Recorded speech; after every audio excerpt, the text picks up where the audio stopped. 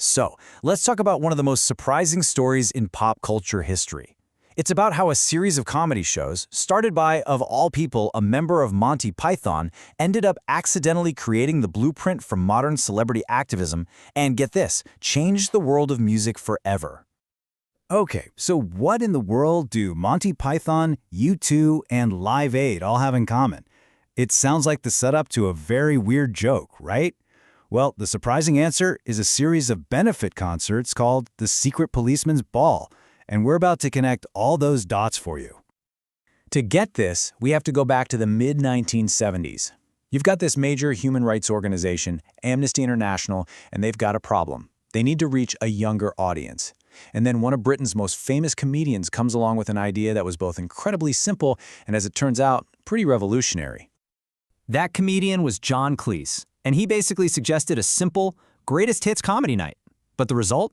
It was like a cultural earthquake. I mean, for the very first time ever, the two rival titans of British satire, Monty Python and Beyond the Fringe, were sharing a stage. These early shows were messy, they were brilliant, and they proved that laughter could be an unbelievably powerful tool for a really serious cause. Okay, let's fast forward to 1979, because this is where things get really interesting. This is the year the event gets its iconic name and, completely by accident, invents a whole new musical format. So the name itself, that came from producer Martin Lewis, and it was just this piece of dark, satirical genius. A playful jab, a little wink, at the very secret police forces that Amnesty was fighting against. The name stuck, and just like that, the brand was born. And it wasn't just the name that was getting edgier. The comedy itself was too. This wasn't just about beloved old sketches anymore. Peter Cook gets up on stage and, in a performance that was mostly improvised, he delivers this blistering satirical attack on the British establishment, parodying a judge in a huge political scandal. The show had found its teeth. Now, this fusion of comedy and music, it led to some accidental genius. With the stage cluttered with comedy props, there was literally no room for a full rock band. So Pete Townshend of The Who was asked to just play alone. The result was this raw, powerful acoustic set. And yeah, they pretty much inadvertently created the format that MTV would later make famous as Unplugged. Crazy, right? All right, so by 1981, they've absolutely perfected the formula. The show, now called The Secret Policeman's Other Ball, fully embraced this mix of comedy and these stripped-back rock performances. And the lineup, it was just staggering. I mean, just look at this lineup. It was an absolutely historic night. Sting gave his first ever solo performance there. You had Eric Clapton and Jeff Beck in a legendary guitar duel, and on that same stage was a young frontman named Bob Geldof. You're going to want to remember that name. It's about to become very, very important. And this is where everything changes.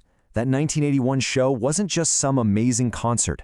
It became the direct inspiration, the actual blueprint for the huge mega benefits that would go on to define the entire decade. You know, the wild thing is, it started by radicalizing the artists themselves. For a lot of them, like Sting, it was their first real exposure to human rights activism. The show wasn't just for the audience, it was a real education for the performers. And it wasn't just the people in the room.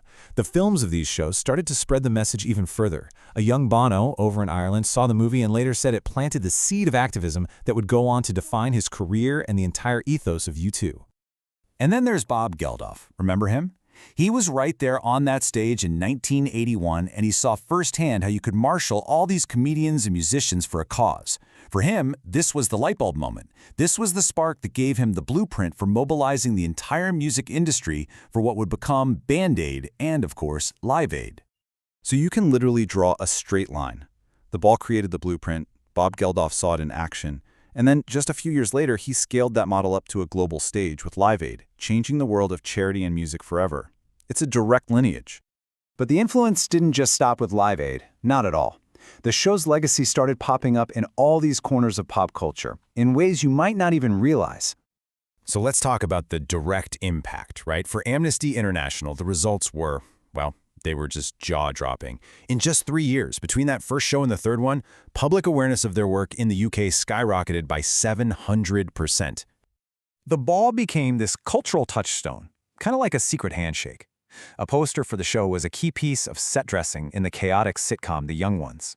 The Simpsons creator Matt Groening has cited its humor as a major influence.